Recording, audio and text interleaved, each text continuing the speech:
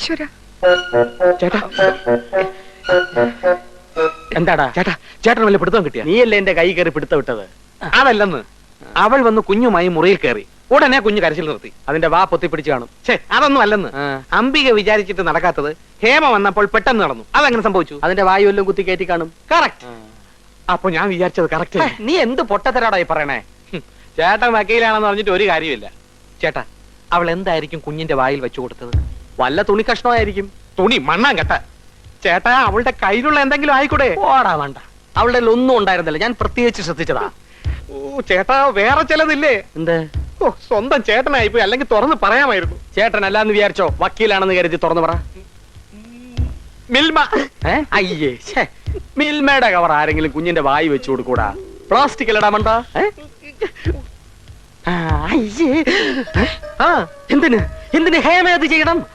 അതാണ് ഇനി കണ്ടുപിടിക്കേണ്ടത്.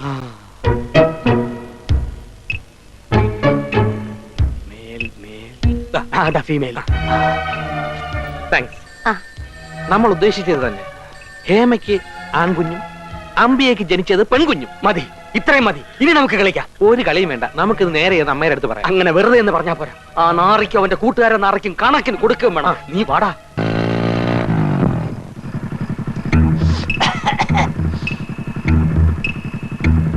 എന്ത് പറ്റി? ഒന്ന് ചതഞ്ഞിട്ടുണ്ടല്ലോ. ബൈക്കിൽ നിന്ന് വീണോ? ഏയ്, ആരോ നല്ല പോലെ തടവി വിട്ടതാണെന്നാണ് തോന്നുന്നത്.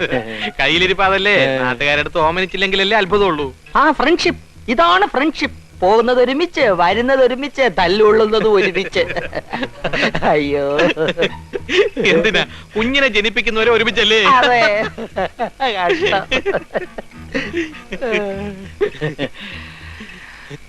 ഇന്ന് മാറ്റുന്നില്ലേ? എന്ത്? അല്ല, ബൈക്ക് അങ്ങോട്ട് മാറ്റുന്നില്ലേ? അല്ല, ഇതിവിടെ ഇരുന്ന് എന്താ കുഴപ്പം? കുഴപ്പമൊന്നുമില്ല. ഇവിടെ ഇരുന്ന ബാലുവിന്റെ ആണെന്ന് തെറ്റിദ്ധരിക്കും. പപ്പന് വേണ്ടപ്പെട്ടത് സ്വന്തം വീട്ടിൽ കൊണ്ടുവയ്ക്കുന്നതല്ലേ ഭംഗി? അതെ, ബ്രേക്ക് പൊട്ടുന്ന വണ്ടിയിലാ കളി, അത് മറക്കണ്ട. നിങ്ങൾ ഇത് എന്തുള്ള പുറപ്പെടാ?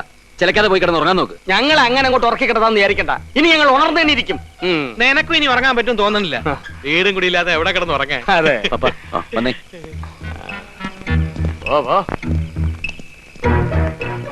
അവന്മാർക്ക് വട്ടളകിതാ. നീ പോയിക്കോ, ഞാൻ മോനെടുത്തുണ്ടെങ്കിൽ വന്നേക്കാം. വേണ്ടടാ, അവന്മാരെന്തോ ഒപ്പിച്ചു വെച്ചിട്ടുണ്ടെന്ന് തോന്നുന്നു. ഇന്നൊരു ദിവസം കുട്ടികൾ മാറിക്കിടക്കട്ടെ. പോയി കിടന്ന് സുഖമായിട്ട് ഉറങ്ങ്. നാളെ രാവിലെ കാണാം.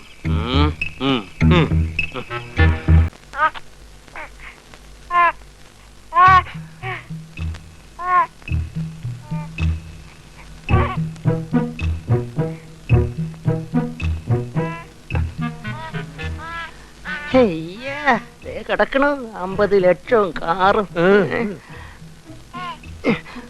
കരയുന്നില്ലല്ലോ.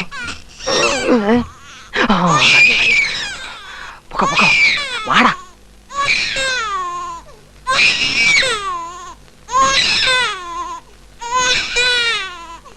പാവം, കുഞ്ഞിനെ നുള്ളണ്ടായിരുന്നു. എടാ മണ്ട, കുഞ്ഞിന്റെ കരച്ചിലേട്ട് ഹേമ വരും.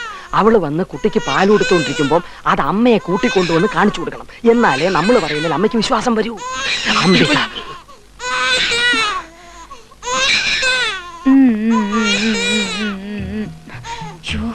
കരയല്ലേ മോനെ?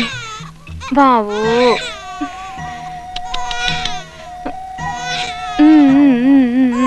എന്ത് മോനെ, കരയല്ലേ?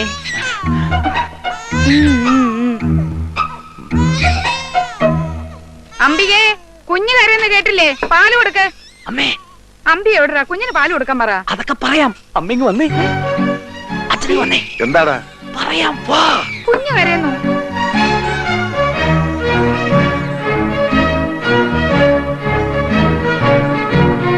നോക്ക്, ഇവരിങ്ങനെ ഒളിഞ്ഞു നോക്കിക്കൊണ്ടിരുന്ന അവൾ എങ്ങനെ പാല് കൊടുക്കും? ഞങ്ങൾ ഒളിഞ്ഞു നോക്കിയെങ്കിലേ അത് കാര്യമുണ്ടടാ. വൃത്തികെട്ടവന്മാര് 5 എണ്ണത്തിന് നിന്റെ ഭാര്യ വളർത്തിയല്ലേടാ. എന്നിട്ടും അച്ഛാ, അയ്യോ, ഞങ്ങൾ അതല്ല നോക്കിയത്. 4 എണ്ണത്തിന് നീയും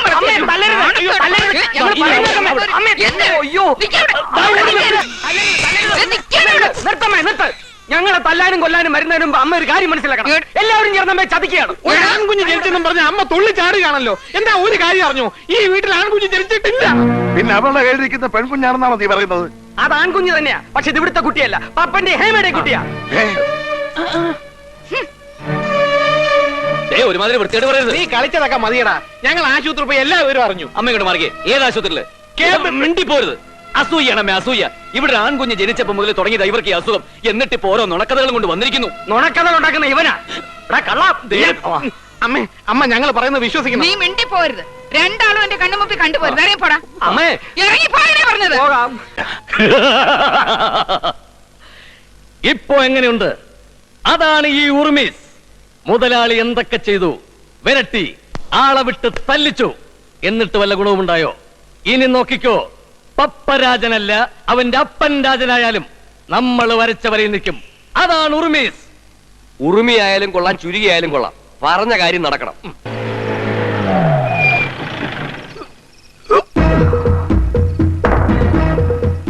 അലിക്കുഞ്ഞെ, ഓ, ഇത് തന്നെയല്ലേ പപ്പന്റെ വീട്? ആ അതെ. ഇനി വീട് മാറിപ്പോയി, കുട്ടി മാറിപ്പോയി എന്നൊന്നും പറയില്ലല്ലോ. ഹേ, വാ വാ. കുഞ്ഞിന്റെ കരച്ചിൽ. പതുക്കെ. ശരിയാ, പപ്പന്റെ കുഞ്ഞ് ഇവിടെ തന്നെ ഉണ്ട്. ദേ അപ്പുറത്തെ വീട്ടിൽ നിന്ന് കുഞ്ഞുങ്ങൾ കരയുന്നുണ്ടല്ലോ. അത് പപ്പന്റെ കൂട്ടുകാരന്റെ വീടാ. ഇനി അതായിരിക്കും പപ്പന്റെ കുട്ടി. ശരിയാ, നമ്മൾ ഇനിയും ഇവിടെ വരുമെന്ന് അവനറിയാം. അവരെ നമ്മളെ പറ്റിക്കാൻ പിന്നെ കുട്ടിയെ മാറ്റി കാണൂ. ഉറുമീസിനെ അങ്ങനെ പറ്റിക്കാൻ നോക്കണ്ട. എടുക്ക്, കത്തി എടുക്കാൻ. വാ.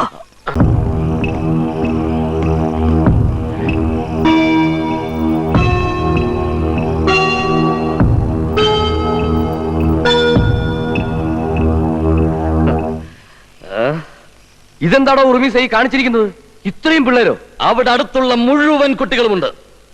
ഇനി നമ്മൾ ഇവിടെ ഇരുന്ന് തീരുമാനിക്കും പപ്പന്റെ കുട്ടി ഏതാന്ന്. അതാണ് ഉറുമീസ്.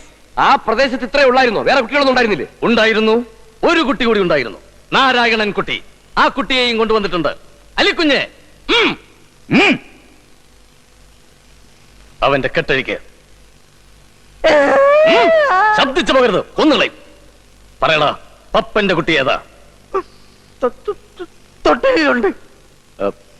അത് മനസ്സിലായി. തൊട്ടിലീ കിടക്കുന്നതിലേതാന്നാ ചോദിച്ചത്. ഞാൻ കാണിച്ചേരാ. ഇതാ ഇത് തന്നെയാണല്ലോ. തെറ്റിച്ച് കാണിച്ചാൽ കൊത്തി നുറുക്കിക്കളഞ്ഞാൽ. എന്നതാ? ഇതാ. കള്ളം പറയുന്നോടാ. ഏതാ പപ്പന്റെ കുട്ടി? സത്യമായിട്ടും ഇതാ. അപ്പൊ ആദ്യം കാണിച്ചതോ? ഇതാ ശരി. തല്ലരുത്. ഇതാ പപ്പ സാറിന്റെ കുട്ടി. എന്താണോ ഉറുമീസ ഇത്? മുതലാളി സമാധാനമായിട്ടിരിക്കുക. ഇവനല്ല, ഇവന്റെ അപ്പൂപ്പനെ കൊണ്ട് ഞാൻ സത്യം പറയിപ്പിക്കും. എനിക്ക് അപ്പൂപ്പ ഇല്ല.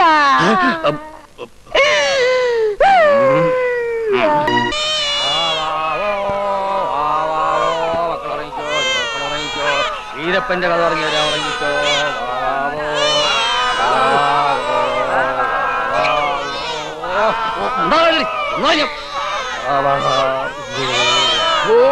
നാശം. ഇതിലും ഭേദം ആ റിപ്പോർട്ട് അങ്ങ് പ്രസിദ്ധീകരിക്കാൻ വിടുന്നതാ. എടാ, പപ്പന്റെ കുട്ടി മാത്രം മതി ഇവിടെ. ബാക്കി എല്ലാത്തിനും കളഞ്ഞേക്ക്. ഇപ്പൊ തന്നെ കളഞ്ഞേക്കാം. അതാണ് ഉർമീസ്. അല്ല, പപ്പന്റെ കുട്ടി ഇതിലേതാന്ന് ഇനിയും പിടികിട്ടിയില്ല. അതിനൊരു വഴിയുണ്ട്, ഒരു ബുദ്ധിയുണ്ട്. നമുക്ക് ആ കുട്ടിയെ തുറന്നു വിടാം. ഏത് കുട്ടിയെ? പപ്പന്റെ കുട്ടിയെ? അല്ല, നാരായണൻ കുട്ടിയെ. എന്നിട്ട് അവൻ വീട്ടിൽ ചെന്ന് കുട്ടികളുടെ തന്തമാരെയെല്ലാം കൂട്ടിക്കൊണ്ടുവരും. നമുക്ക് രഹസ്യമായിട്ട് ഒളിച്ചിരിക്കാം. അവരവരുടെ കുട്ടിയെ അവരവർ വന്നെടുക്കും. അപ്പോ പപ്പന്റെ കുട്ടിയെ നമുക്ക് തിരിച്ചറിയാം. എങ്ങനെയുണ്ട് എന്റെ ഐഡിയ? അതാണ് ഉർമീസ്. എടാ പൊട്ടാ, അവര് പോലീസിൽ വിവരം അറിയിച്ചാലോ? അതിനു മുമ്പ് നമ്മൾ അറിയിക്കും പോലീസിൽ. എന്ത്? അവര് പറയുന്നത് മുഴുവൻ കള്ളമാണെന്ന് നമ്മൾ ആദ്യമേ അറിയിക്കും. അല്ലെങ്കിൽ അത് വേണ്ട, പോലീസുകാർ ചിലപ്പോ കുഴപ്പമുണ്ടാക്കും.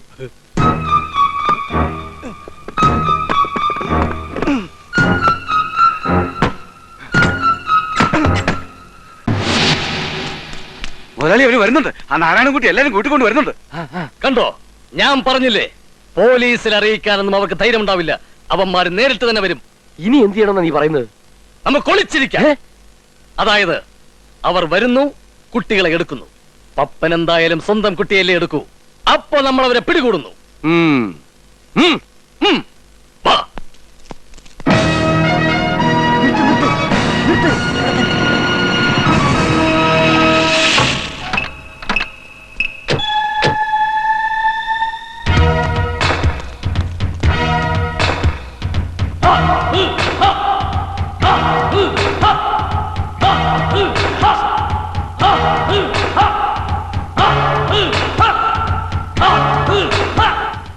ഇതെന്താണ്? പത്മവ്യൂഹമോ? ഇത് പത്മവ്യൂഹമാണെങ്കിലേ ഞാൻ അഭിമന്യുവാ. അഭിമന്യു പത്മവ്യൂഹത്തിനകത്ത് കിടന്ന് ചത്ത ആളല്ലേ? അത് പണ്ട്.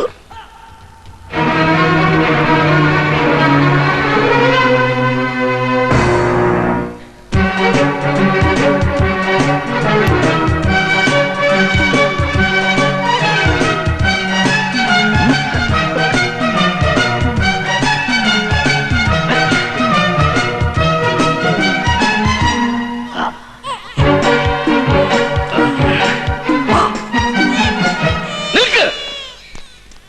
നിങ്ങളുടെ കുട്ടികളെ നിങ്ങൾക്ക് കിട്ടിയില്ലേ? ഇനി പൊയ്ക്കോളൂ. ഞങ്ങൾക്ക് ആവശ്യം ഇവനെയാണ്. ഇവനെയും കുട്ടിയെയും രക്ഷപ്പെടുത്താൻ ശ്രമിച്ചാൽ എല്ലാവരുടെ ജീവനും അപകടത്തിലാവും. മര്യാദയ്ക്ക് ഇവിടുന്ന് പോകുന്നതാ എല്ലാവർക്കും നല്ലത്. പറഞ്ഞത് കേട്ടില്ലേ? പോകാൻ.